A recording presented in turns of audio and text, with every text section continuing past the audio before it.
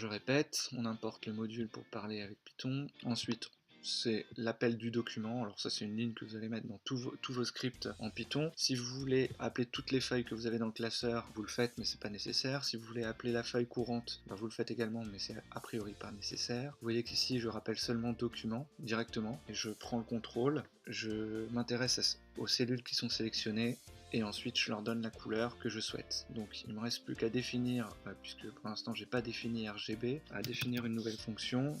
Bon, je vais faire un copier-coller, ça va gagner du temps. Donc ici, la fonction que je vais copier, la voici, voilà. Donc j'ai défini ma fonction RGB, alors je me suis inspiré du travail de certains collègues ici au Canada et en France pour l'explication de conversion de la base 10 à la base 2. Donc j'attends 3 arguments, hein, RGB en anglais, et je lui renvoie l'argument en binaire.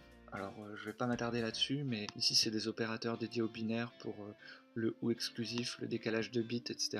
Et une fois que j'ai fait ça, j'enregistre le fichier. Je vais simplement bien faire attention à vérifier qu'il est à jour dans le bon répertoire, c'est-à-dire celui que je vous ai montré tout à l'heure. Donc évidemment, je remplace le précédent.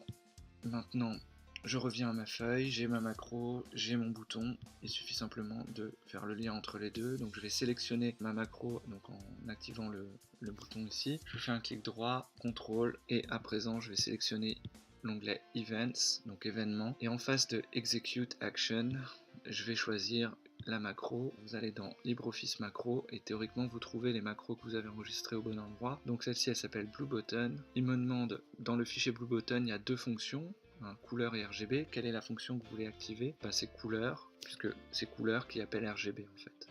Je fais OK, OK et je ferme. Je quitte le menu ici, je sélectionne la case que je veux et je clique et j'ai désormais une couleur bleue. Si je clique sur celui-ci, évidemment c'est rouge.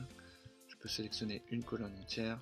Voilà, écoutez, j'espère que vous saurez en tirer plusieurs choses. Il y a beaucoup de choses à dire sur les macros, je ferai peut-être un autre tutoriel, à bientôt.